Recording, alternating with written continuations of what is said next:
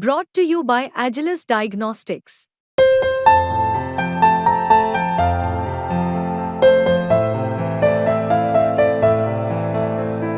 Agilus Diagnostics. कैसा उत्तर प्रदेश था, आज उसकी उत्तर प्रदेश की पूरी तरीके से पहचान बदलने में उत्तर प्रदेश की सरकार को सफलता मिली है। अखिलेश यादव कह रहे हैं कि जो है बुलडोजर की स्टीयरिंग उखड़ गई है, चलाने वाले और बुलडोजर पार्क हो गया। नहीं, ये समाजवादी पार्टी के लोग कुछ दिन के लिए उत्साहित हो सकते हैं, लेकिन उनका भ्रम तब टूट जाएगा जब एक कार्रवाई जो हम कर रहे हैं वो और सख्ती से हम आगे करेंगे। कितनी बार बयान बदल चुके हैं, किस बयान को सही माना? पुलिस ने तो प्रमाणित किया है। तो अब उत्तर प्रदेश का बाई इलेक्शन आया है, अभी आप आम आदमी पार्टी को देख ही रहे हैं।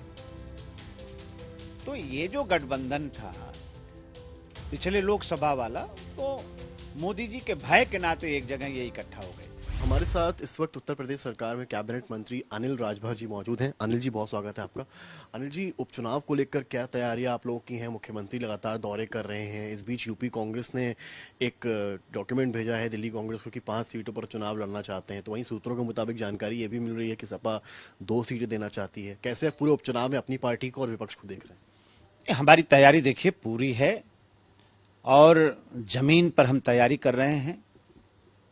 हमारे वरिष्ठों का भी मार्गदर्शन निरंतर हम लोगों को मिल रहा है, बैठकें भी हो रही हैं और जनता के बीच में भारी उत्साह है, जनता का समर्थन मिल रहा है। माननीय मुख्यमंत्री जी के दौरे चल रहे हैं, दोनों डिप्टी सीएम के दौरे चल रहे हैं। हमारे प्रदेश अध्यक्ष जी भी कई बैठकें जाकर ले चुके हैं। हमारे संगठन महामंत्री जी भी निरंतर हर संगठन के कामों की समीक्षा कर रहे हैं। हमारी तैयारी पूरी तरीके से हम जमीन पे तैयारी कर रहे हैं और आज आपके चैनल पर कह रहे हैं कि 10 की 10 सीट हम जीतेंगे। और जहां तक उनकी बात है तो ये अवसरवादी राजनीति करने वाले लोग हैं। मध्य प्रदेश का विधानसभा का चुनाव कोई भूला नहीं है, एक दूसरे को कितना कोसे ये लोग। अभी कांग्रेस पार्टी ने हरियाणा में किस तरह से समाजवादी पार्टी का हश्र किया है, इनकी मनसा का मान मर्दन किया है, ये किसी से छुपा नहीं। बहुत उम्मीद लगाए थे कि कांग्रेस हमको वहां कुछ सीट दे देगी। तो अब उत्तर प्रदेश का बाई इलेक्शन आया है, अभी आप आम आदमी पार्टी को देख ही रहे हैं। तो ये जो गठबंधन था पिछले लोकसभा वाला, तो मोदी जी के भय के नाते एक जगह ये इकट्ठा हो गए थे। अब वो आप देखिएगा एक दूसरे को गाली देते हुए ये नजर आएंगे और मुझे नहीं लगता कि समाजवादी पार्टी कांग्रेस को एक भी सीट यहां पर देगी। सपा कह रही है कि जितना सम्मान हमें महाराष्ट्र में मिलेगा उतना सम्मान कांग्रेस को यूपी में मिलेगा। हाँ, एक दूसरे को गाली देने का आधार तो बनाएंगे ही ना, कोई ना कोई बहाना तो निकालना चाहिए इन लोगों को। और मैं दावे के साथ आपसे कह रहा हूं कि अगर समाजवादी पार्टी ने 1 सीट दे भी दिया तो जो सबसे कमजोर सीट होगी, जहां सबसे बुरी तरीके से इन लोगों को हारना है, वही सीट कांग्रेस को देगी। यह स्पष्ट। ऐसा क्यों? अब ये तो आपस में उन लोगों का कैसा प्यार है आप समझ सकते हैं। एक दूसरे का मौका मिले तो कब गर्दन काट दें। ये तो इस मनसा के लोग हैं, ये दाव खोजते रहते हैं, समय खोजते रहते हैं और पब्लिक और जनता को गुमराह करने के लिए एक दूसरे का हाथ पकड़कर हाथ उठाते हैं। तो इस तरह के ये लोग हैं, इनकी दुर्दशा उत्तर प्रदेश के बाई इलेक्शन में होने जा रही है। जी, बुलडोजर को लेकर सुप्रीम कोर्ट का डिसीजन आया है, रोक लगाई है 1 अक्टूबर तक। कैसे देखते हैं उस पूरे निर्णय को? नहीं, पूरा निर्णय अभी नहीं आया है, एक एक चीजों को माननीय न्यायालय देख रहा है। माननीय न्यायालय ने जो कहा है उसका सम्मान है, लेकिन अभिनंदन हम करना चाहते हैं माननीय न्यायालय का कि उत्तर प्रदेश सरकार ने जो कार्रवाई किया है तो उत्तर प्रदेश सरकार के दृष्टिकोण की प्रशंसा भी माननीय न्यायालय ने किया है। और मुझे लगता है कि जिस तरह से गुंडा माफियाओं के खिलाफ जीरो टॉलरेंस की नीति पर उत्तर प्रदेश की सरकार आज काम कर रही है, जो आज देश और दुनिया में एक उदाहरण बना हुआ है। आज भयमुक्त वातावरण देने का जो हमारा संकल्प है वो जो पूरा हो रहा है, निश्चित तौर पर कोई भी फाइनल डिसीजन देने से पहले माननीय न्यायालय के ध्यान में ये चीजें भी जरूर आएंगी। और कैसा उत्तर प्रदेश था, आज उसकी उत्तर प्रदेश की पूरी तरीके से पहचान बदलने में उत्तर प्रदेश की सरकार को सफलता मिली है। तो कुछ लोग बेवजह आज इतने उत्साहित आपको नजर आ रहे होंगे प्रतिपक्ष के हमारे साथी, खास तौर पे अखिलेश यादव कह रहे हैं कि जो है बुलडोजर की स्टीयरिंग उखड़ गई है, चलाने वाले और बुलडोजर पार्क हो गया है। नहीं, ये समाजवादी पार्टी के लोग कुछ दिन के लिए उत्साहित हो सकते हैं, लेकिन उनका भ्रम तब टूट जाएगा जब एक कार्रवाई जो हम कर रहे हैं वो और सख्ती से हम आगे करेंगे और बड़े तरीके से हम जब कार्रवाई करेंगे तो इनका भ्रम टूट जाएगा। नहीं तो आप देखें किस तरह से छटपटाहट इनके, इन लोग किसी गुंडा माफिया खिलाफ कोई कार्रवाई आप करिए तो ऐसी छटपटाहट इनके अंदर पैदा होती है, तो वो उनकी तो स्वाभाविक दर्द है उनका, वो भी हम लोग समझते हैं।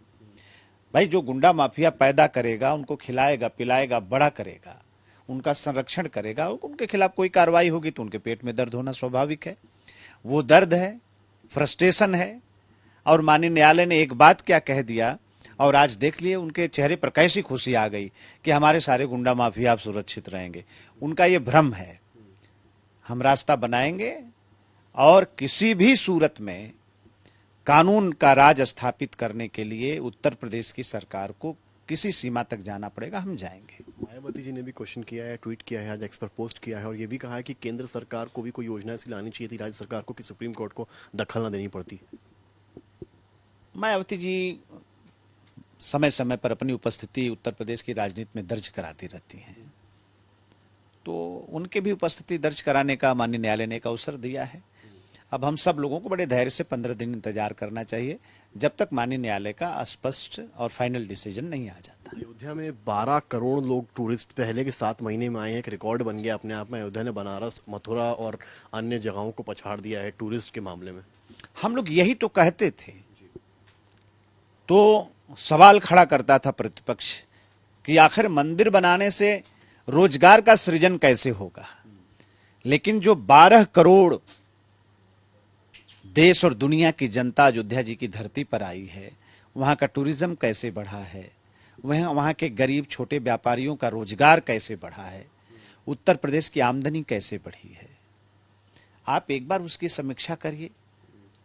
आज उत्तर प्रदेश का जो ग्रोथ रेट है, जो देश में एक लंबी छलांग लगाते हुए देश में दूसरे नंबर पर हम आज की तारीख में हैं, उसमें कितना बड़ा हमारा काशी हुआ, हमारा मथुरा हुआ, हमारा अयोध्या हुआ, किस तरह से आज सहयोगी बन रहा है, दुनिया किस तरह से वहां आ रही है। और उत्तर प्रदेश ने जो काम किया है, देश ने जो काम किया है माननीय प्रधानमंत्री जी के नेतृत्व में, आज जो उत्तर प्रदेश सरकार आज आने वाले टूरिस्टों को जिस तरह से उनका आओ भगत उनको सुरक्षा दे रही है, उसका परिणाम हम लोगों के सामने है। अखिलेश यादव एसटीएफ को कह रहे हैं जातिवादी है, सपा कह रही है कि स्पेशल ठाकुर फोर्स है। देखिए, ये जाति से बाहर नहीं निकल सकते। अपराधियों में भी जाति खोजते हैं।